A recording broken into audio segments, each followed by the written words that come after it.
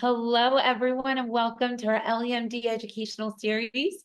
We're excited to have you with us tonight for an insightful session as our ongoing mission to help people live longer, healthier lives. At LEMD, we're more than just a telehealth company. We're dedicated to empowering individuals through knowledge, community, and innovative healthcare solutions. We believe that education is the foundation of a healthier, more vibrant life, and we're here to equip you with the insight and tools you need to thrive. Tonight, we're honored to host Dr. Jacquie Leone, a That's leading good. expert in integrative and alternative medicine with extensive experience in personalized root cause approaches to healthcare. Dr. Leone will cover two key topics: everything you need to know about Sermorelin. I Hmm. know we all have a lot of questions.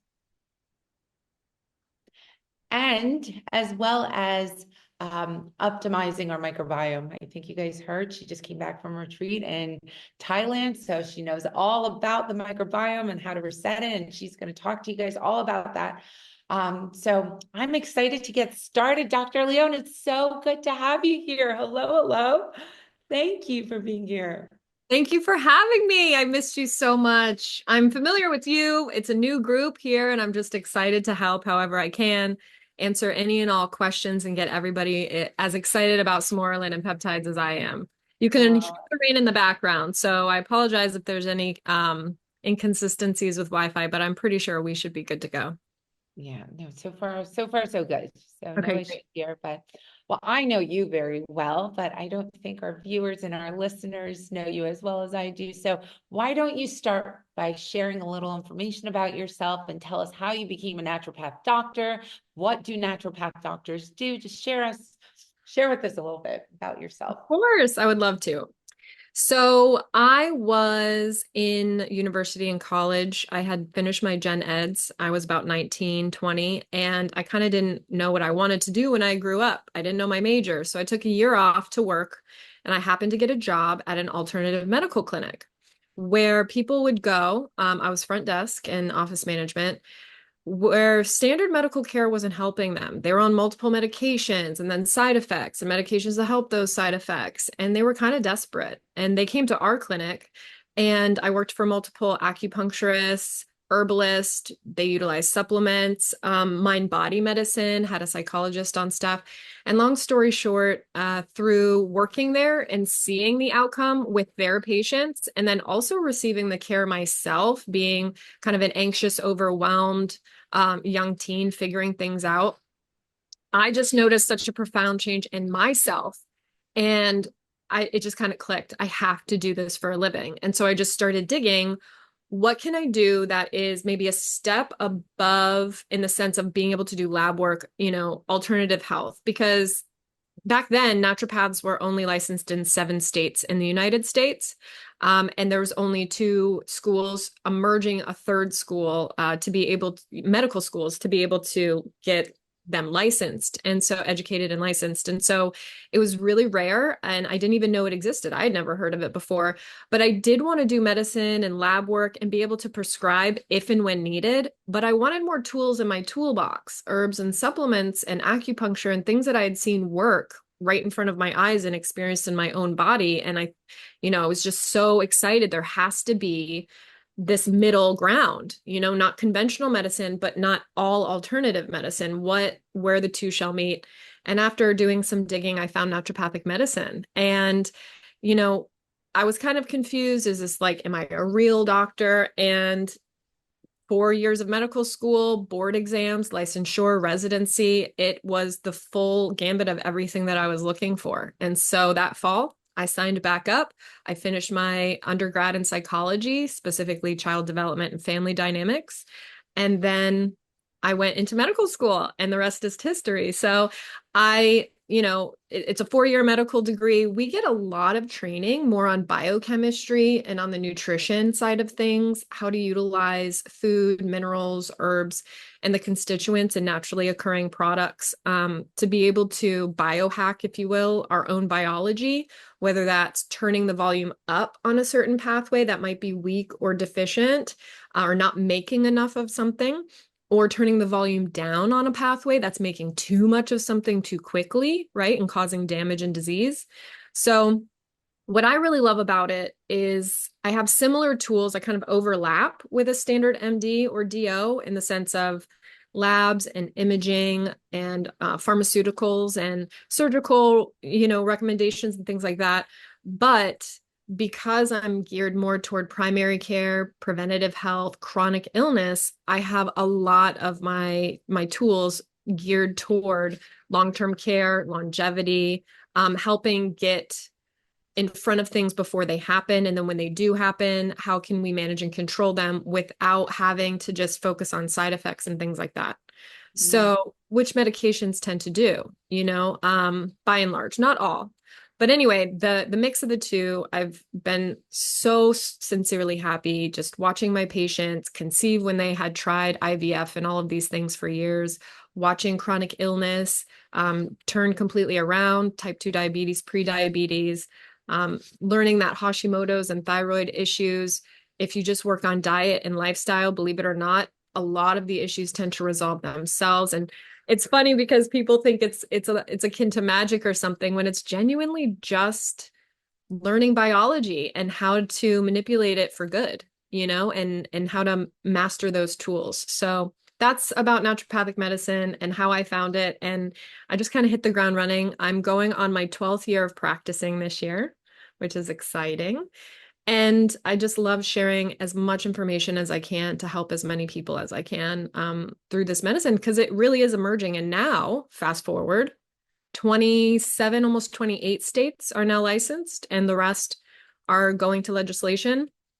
Soon will be national. That's usually this right around the number of states that tips the scales. And so it's a growing industry. It's growing medicine. A lot of insurance companies now take naturopaths.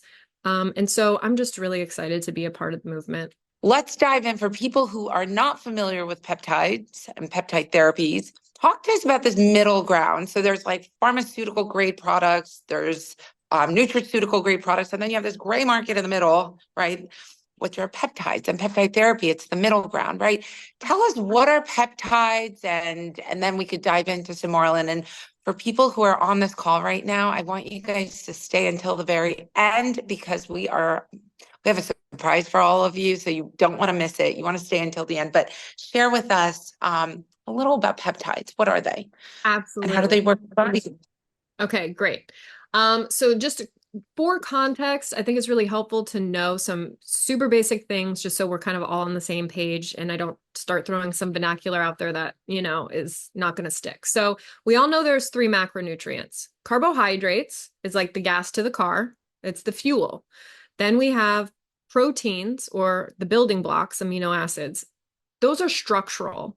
Now, they build things. They build enzymes, which are like the switches of the body. They turn things on and off. They break things down. They build muscle tissue, cells, like skin cells, hair, things like that.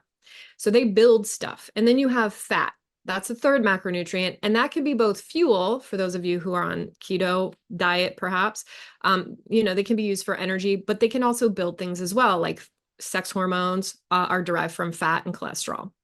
So we're going to focus on the center, the protein group. Proteins, if you think about it, and I've used this analogy a lot. So those of you who, I know you've heard it a couple times, but not to be redundant, it's just really the most helpful way to visualize it. Proteins are made up of building blocks called amino acids. And amino acids are like beads. Each one is its own shape, its own color, and has its own action in the body. Okay, some are essential, meaning we have to eat them. Some are non-essential, our body can naturally produce them. But the combination of whether they're essential or non-essential, it's those amino acids that build muscle when we're in the gym, that heal the skin from a sunburn, that keep our nails and hair and skin growing and healing. So from those beads, you can put together different combinations to create different types of jewelry, for example. If you have two or three together, you can have, an earring, for example, and that's a short peptide. That's a pair of amino acids. When we string together more than two, but less than around 60 to 70, that's called a peptide. And anything bigger or longer than that, like those long necklaces, let's say, with hundreds of beads that we can loop around multiple times, Those are proteins because they're more complex. Okay. So we're not the individual beads themselves, amino acids. And we're not going to talk about the big complex pieces of jewelry like proteins. We're going to stick in that center part, that where the beads are linked together between, like I said, any more than two or three, and less than around 60 to 70. And those are peptides. Okay. So you have each unique bead, if you will, and the recipe of those beads, or the order in which they're placed on the string, makes them act differently in the body. And that's how we get different peptides. And not all peptides do the same thing, because 30 beads in a specific order will do something completely different than 15 beads in a different order or different mixture of amino acids or beads, right? So today we're talking about Sermorelin, the peptide. And that's a sequence of 29 unique amino acids in a very specific order to do a very specific action in the body. So it's that middle ground of peptides that can turn things on, turn things off, stimulate the production of things.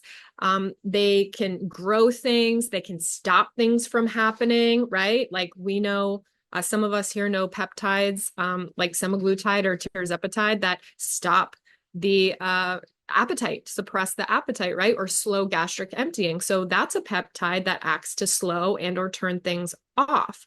Where Sermorelin, which we're going to get into, is actually a precursor to turning something on and helping facilitate growth of, different body systems, which have different outcomes, positive outcomes. So that's really the sweet spot of peptides, and why they're technically not a pharmaceutical, because they're not a drug per se. They are synthetically derived by and large, but their sequence or recipe is based off of naturally occurring things that our body already has, which are peptides, amino acids, proteins, and the synthesis of those. So it's not technically a nutraceutical. It's not technically a pharmaceutical. It's its own thing, right? And what you were saying, that gray area, which is why it's considered natural, because it's based on our own bodies, synthesis of certain substances. But it does require sometimes like a third party or a physician or somebody to be able to regulate them to ensure high quality and bioavailability, that the body will recognize it and utilize it to the best degree it can. We could get into, we'll get into the Sermorelin and we'll talk about that. But I really want to emphasize, and I've been talking a lot about this, about individuals making sure that they get their peptides from reputable pharmacies and not research grade. Can you quickly, before we dive into Sermorelin, talk about lipopolysaccharides and how in research grade pharmaceuticals or peptides are prevalent, and the accumulation of the LPS? Like, you need to avoid the research grade products, why it's not safe, and why you should buy your peptides from reputable pharmacies. Can you just briefly touch on that? Yes, of course, of course. So I think it's just like almost anything we're going to be putting in or on our body. We want to make sure that the body can recognize it as usable and not toxic, because then our defense systems, like LPS, for example, right? Lipopolysaccharides are a defense mechanism that the gut produces to protect us. And that increases inflammation and prevents the absorption of certain things. And there's multiple ways that the body responds to toxic things or foreign things that it doesn't recognize. And so it's very important to have third-party testing of all of these peptides wherever you buy them, making sure the compounding pharmacy does their due diligence. So not only are you having the actual manufacturer of the peptide, but then you're having them have a third party, just completely objective third party, look into the purity, look into the bioavailability, and they're actually given certificates of purity. And the website should disclose that, the company should disclose that. If they don't, then clearly there's probably something they're hiding. Definitely never utilize products that hide behind the guise of a proprietary blend, because a peptide is very straightforward. It is a specific sequence of beads or amino acids in a specific recipe, and that's what it is, and that's always what it is. Any additives or derivatives have to be disclosed for the health of the the patient because, or the person using them, because we have to know how it's going to interact with potential medications, nutraceuticals, or anything else that they're doing or taking. So we have to know that it's pure. And the best way to do that, again, is to go to compounding pharmacies, companies like yourselves that look for those certificates of purity, that take that responsibility serious, and they're delivering quality products that are going to be effective. And that way we can lower that inflammatory response and that GI response, and we can mitigate side effects that way, and we can maximize the benefits. We can maximize the outcome that we're seeking, which are all of the great changes that these peptides can potentially turn on in the body, you know? I love that you touched on the interaction with different drugs or history that you may have. And that's why you do need a doctor's oversight. You shouldn't get your peptides from a research grade website. So whoever's doing that, just make sure, beware. We told you. Okay, so let's shift gears and talk about Sermorelin. Can you tell us what it is, how it works, all the good stuff around Sermorelin? Absolutely. Okay. So Sermorelin is synthetic, but it's based off of, it's known as a secretagogue. It's a fancy word to say it helps stuff secrete. It helps our body make stuff. And in this sense, it's the precursor before growth hormone is created.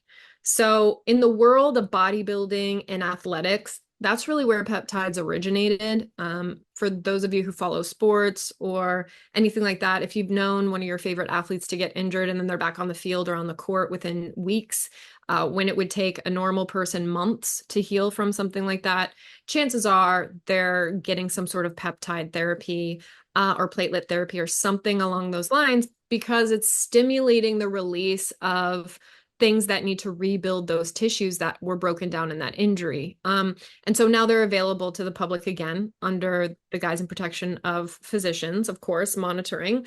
But what you're essentially doing is right now there are two schools of thought with lowering body fat, increasing body mass, helping protect the brain from things like dementia and Alzheimer's and Parkinson's, getting higher quality sleep because that's where healing occurs, rejuvenation occurs, calming the nervous system down, rebuilding weak tissues. Maybe it's in joints, maybe, it's in the GI tract, for example.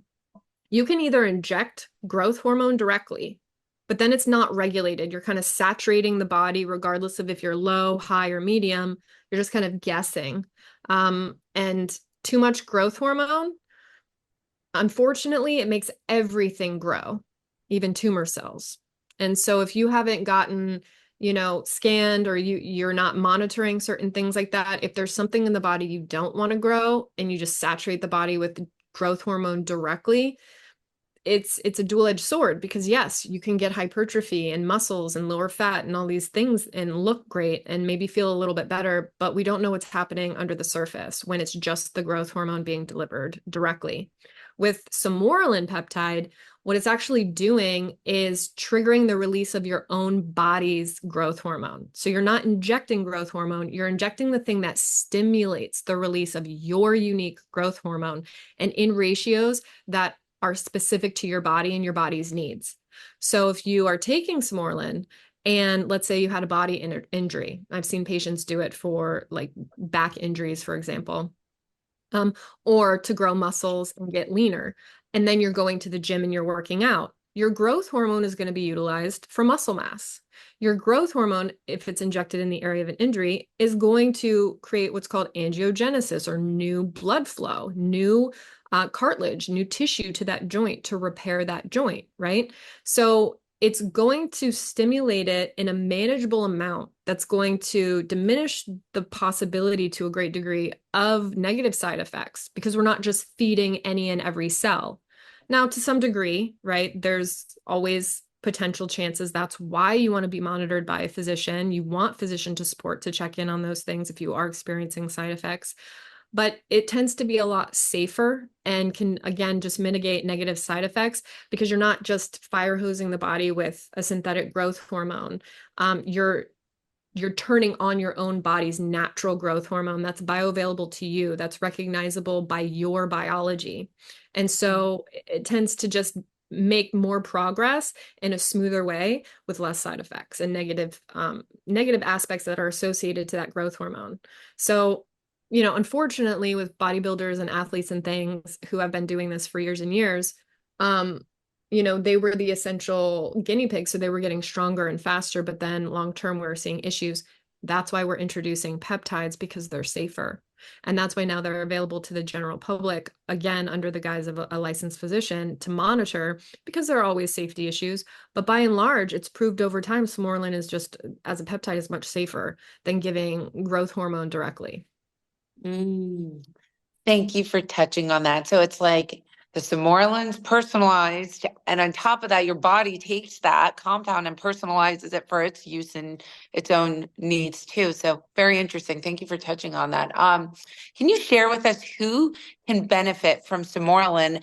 And also, I saw a comment come in: as a male 41 years young, does Sermorelin affect testosterone? So can you touch on that? How it affects females versus males? Who can benefit from it, and does it affect testosterone? Absolutely. Okay.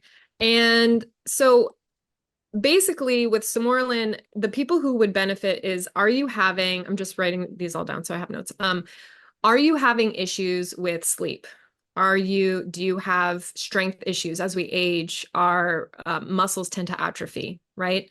And gaining muscle can be harder and take more time. Skin issues. So Sermorelin is great for anti-aging because, again, as we age, things just slow down. Our cells replicate at a certain rate in our 20s, and then that rate slowly diminishes every decade thereafter. And that's because things like our natural secretion of growth hormone, we don't really need it anymore. It skyrockets when we're children and through things like puberty, and when we're in our 20s, because those are, textbook procreative years and growth is continuing to occur. I mean, we just found out that the brain doesn't stop developing in the nervous system till 25, 26, when we used to think it was 17 or 18. So we need growth hormone to a large degree to keep up with that level of growth. But after that, there's really no reason to grow per se. It's about maintenance at that point. And then aging is just inevitable, right? And so things slow. The replication of repairing that wound on the hand that took 3 days in our 20s might take 10 days in our 50s to heal.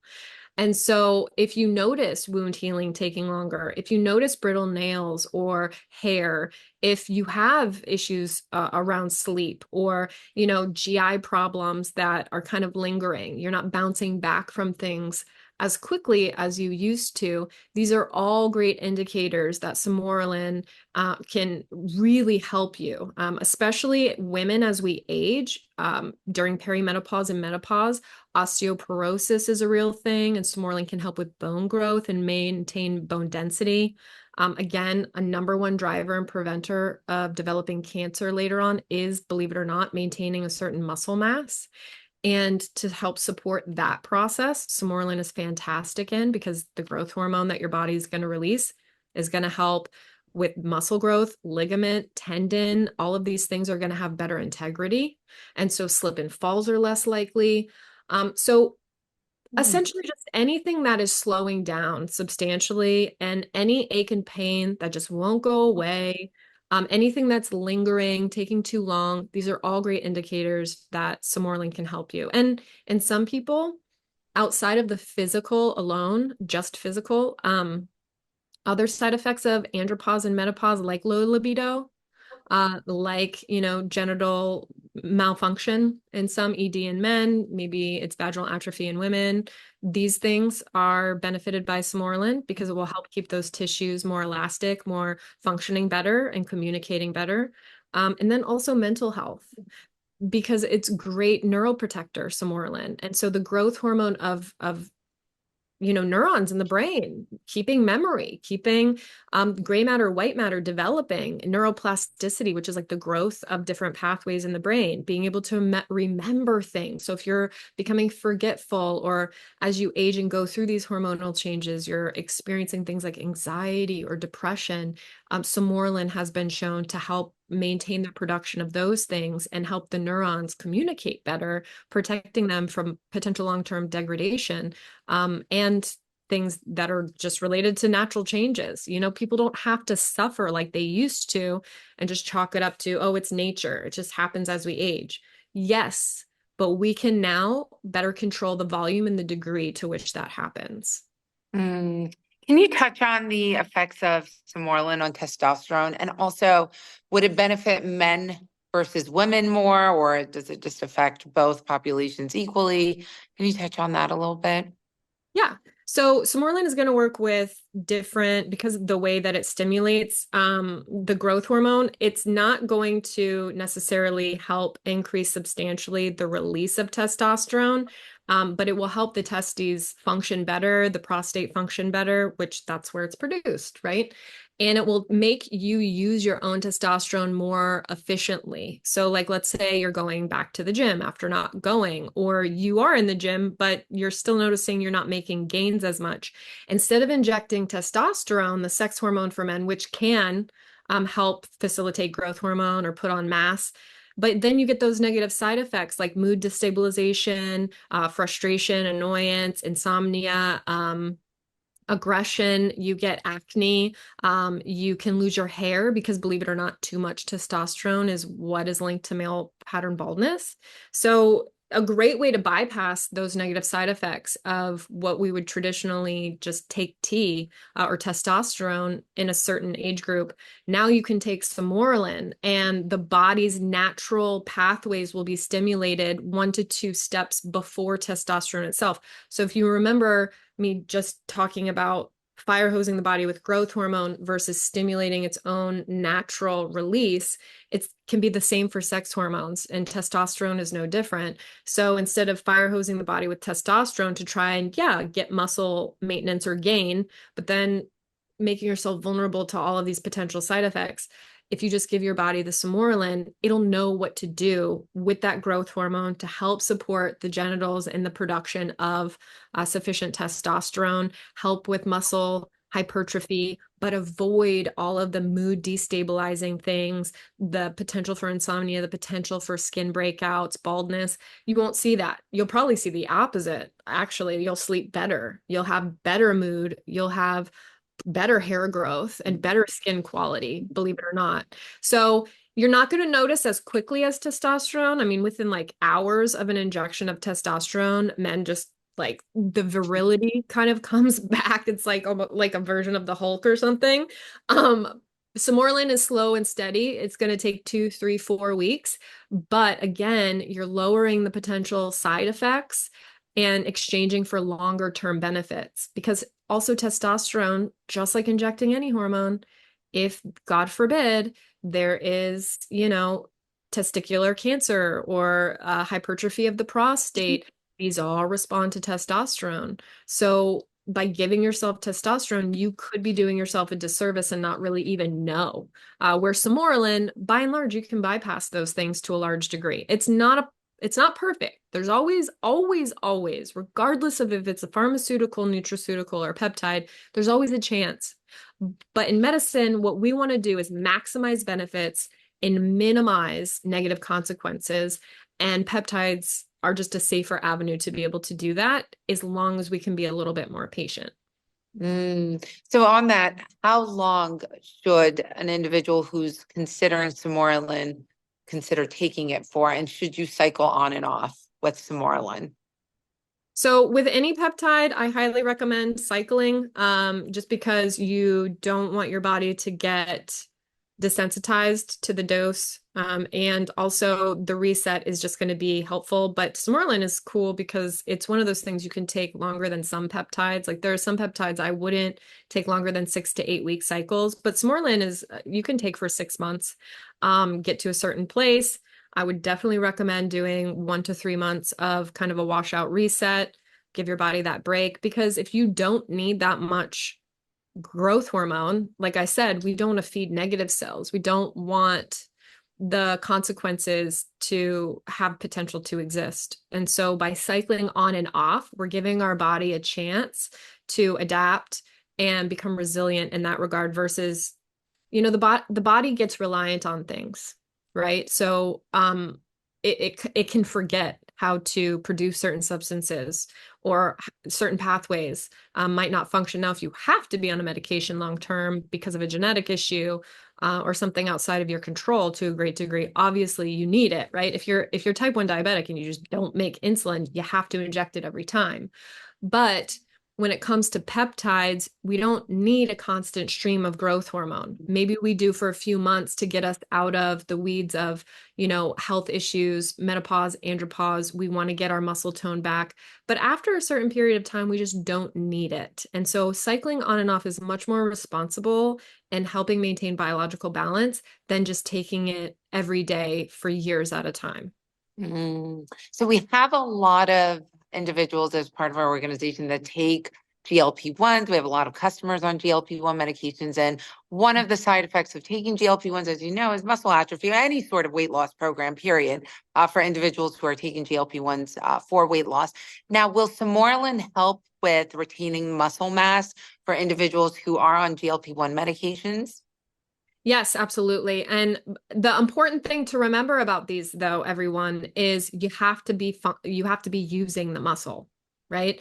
So if you're taking Sermorelin and then you're not exercising, you're not doing any sort of weight training, or even if you're not comfortable with weights, even just doing like your own body resistance, body mass, push-ups, pull-ups, things like that, using your body weight, then the growth hormone secretion will work in other ways. So it's not necessarily going to prevent atrophy per se, because if you don't use it, you lose it. But it will to some degree, because if you're just normal daily activity, your body, every time it's contracting a muscle, right, it's going to be working a little bit more efficiently than without the Sermorelin in and of itself. The reason we see muscle atrophy and GLP-1 and just weight loss peptides in general is because the nutrition intake is significantly less in most cases. And because of the potential GI side effects, people's appetites are lower. And their capacity to eat, where maybe they could eat a whole meal that's 600 calories before, 300 calories, and they're starting to feel a little nauseous or uncomfortable. So we want to make sure we're getting bang for our buck in that regard and focusing, if we are on GLP-1s or weight loss peptides, that we're focusing on eating the amino acids, the proteins that our body needs to maintain that muscle. And weight loss in general, it's inevitable you're going to lose some muscle when you lose fat as well. There's nothing we can do to only get the body to lose fat. I wish. Because I'd be rich. We'd all be rich. But the reality is when we lose weight, a certain percentage or ratio will be muscle. But by continuing to work out, weight-bearing exercises, weightlifting, strength exercises, maintaining a high level of protein, anywhere from 0.5 to 1 gram per pound of body weight, ideal body weight. So maybe you're at 250, but 180 is your goal.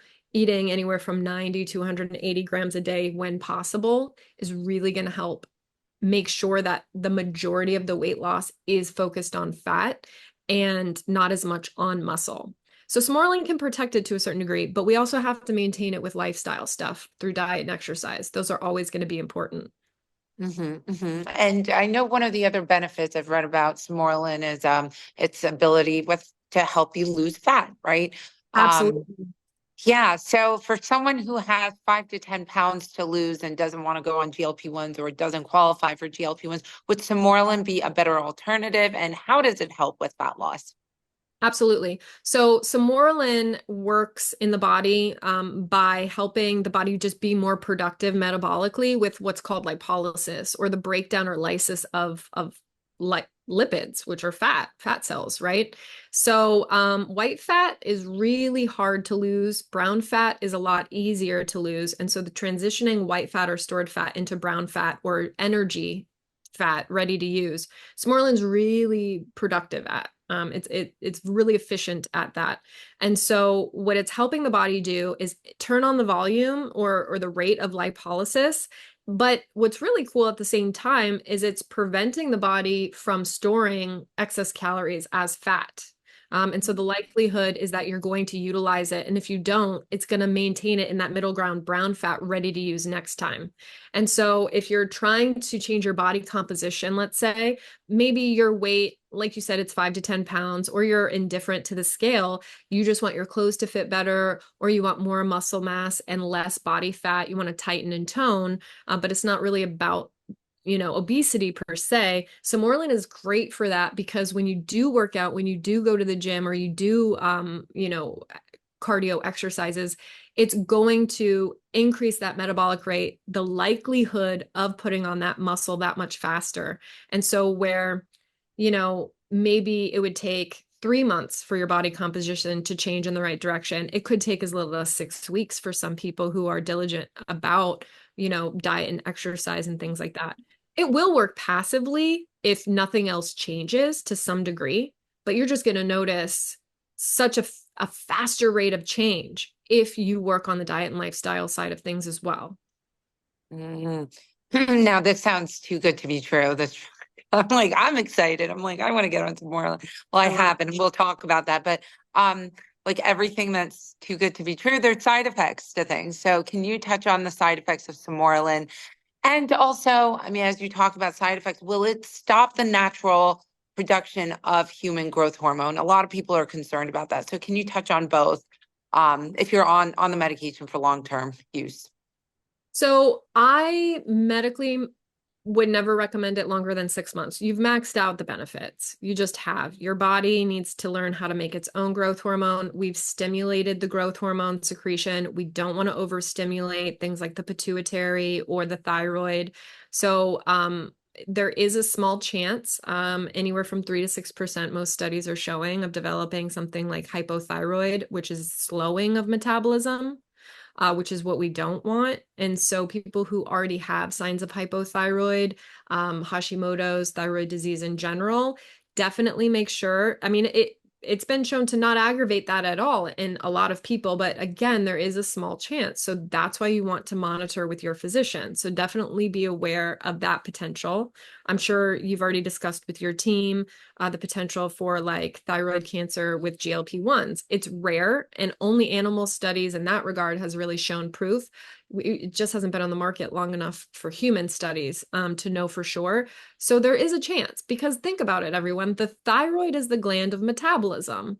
It's also the thermostat of the body, right? And so it's keeping our core temperature at homeostasis all the time, whether we're sleeping or awake or active or not. It's keeping our core temperature a certain level for health, and that requires energy. And energy comes in the way of calories. That's how we utilize them, whether we're eating the calories or we're using the stored calories we have in the form of body fat.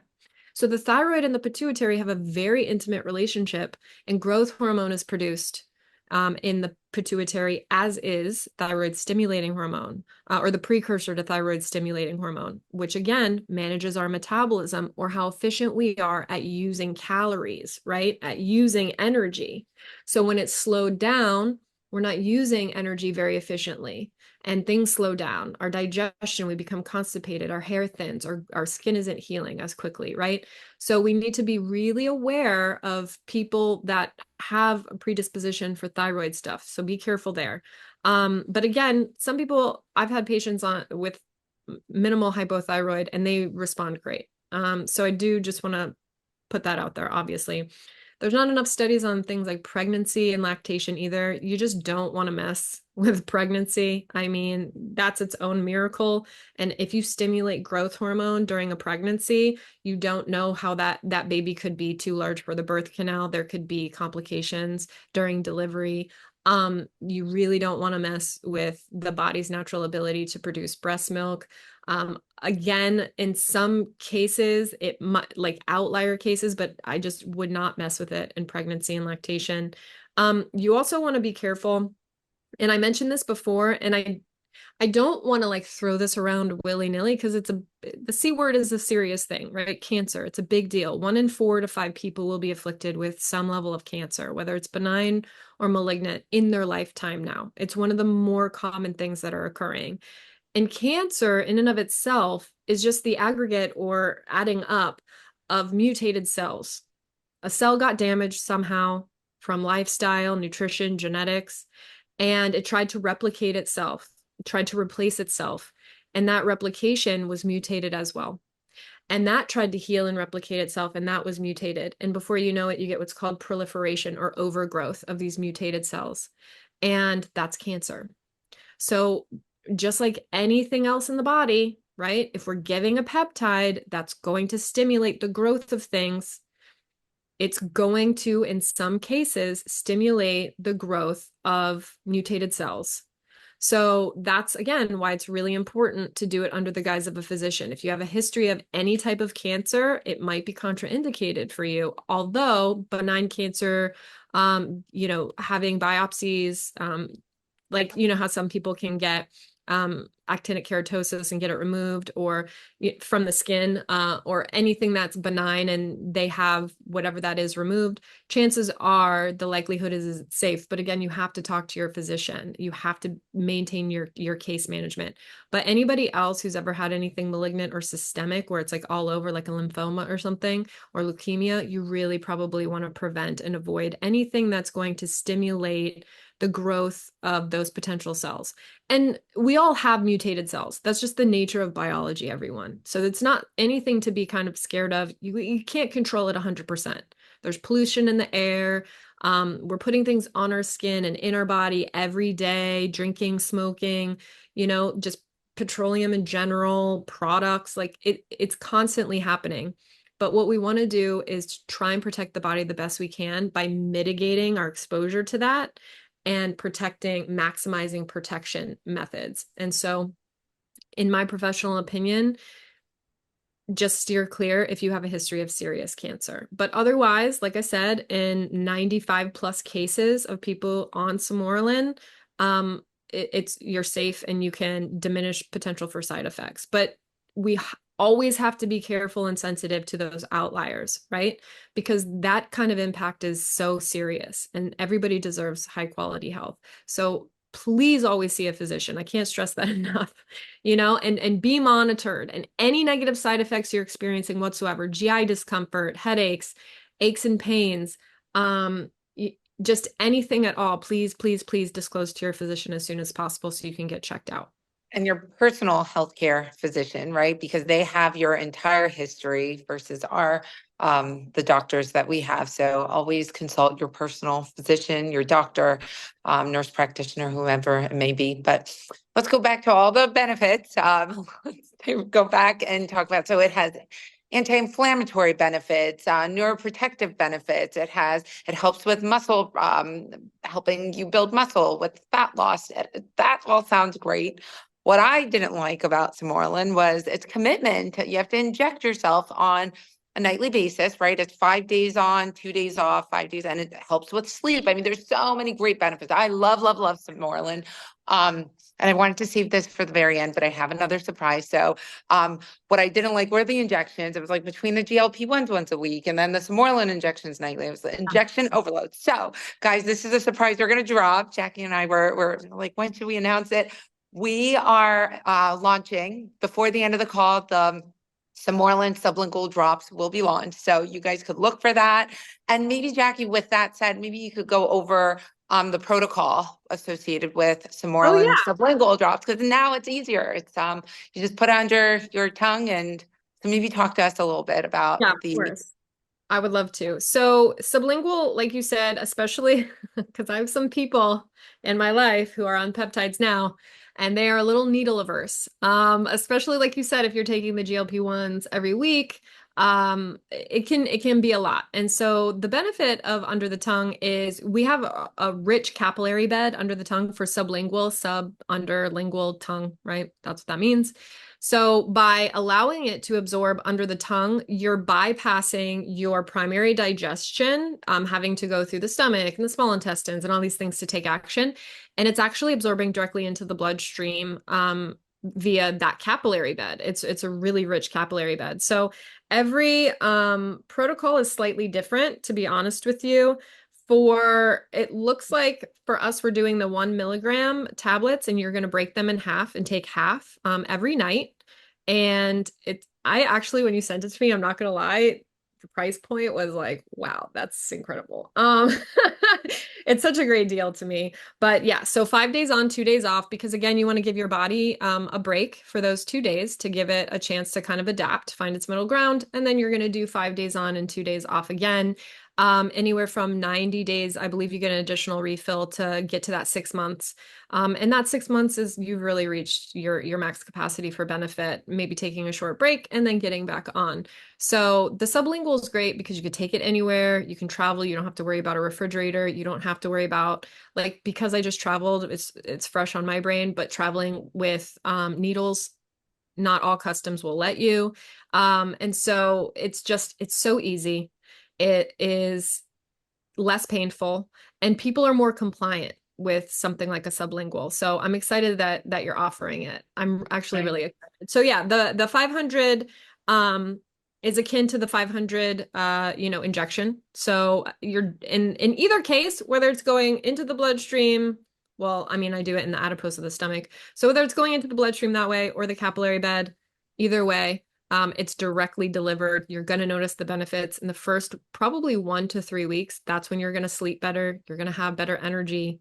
And then slowly but surely, everything else, month 2 and 3, the muscle, the hair, the skin, the nails, all that stuff, you'll see improve. So that's exciting. I'm excited. I know it is. It is. Okay. I don't think we're going to have a whole lot of time to talk about the gut microbiome. I think we're going to, as always, have you back. We love having you here. So maybe just touch on briefly why you went to Thailand to reset your gut microbiome, and just quickly touch on, we have a hard stop at 6, but touch on what role the gut microbiome plays when it comes to longevity. Oh, absolutely. Okay, really quickly. I love the gut microbiome. I actually wrote and delivered a course for 8 years on it because I'm so passionate about it. The gut microbiome is essentially all of the bacteria, the fungi, the viruses, all the good stuff that are going to support your body. 90% of your serotonin, your happy hormone, is released in the gut. Okay.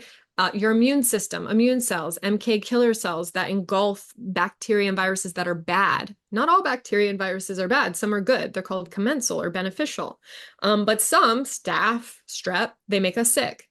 And so the cells that engulf and kill them and then imprint and remember them, I'm going to remember you for later. So next time I'm exposed, I'm going to fight you off faster and more efficiently. Those are our B cells and our immune cells.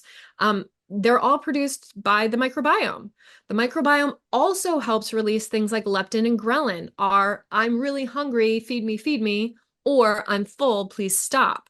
These are all communicated through the gut microbiome. It's like its own little planet of alive things. We actually have more microbes in our body and on our skin because there is some microbiome on the skin protecting us than we have our own actual genetic cells, which is kind of fascinating. Wow. So if you have dysbiosis, dys meaning imbalanced, right?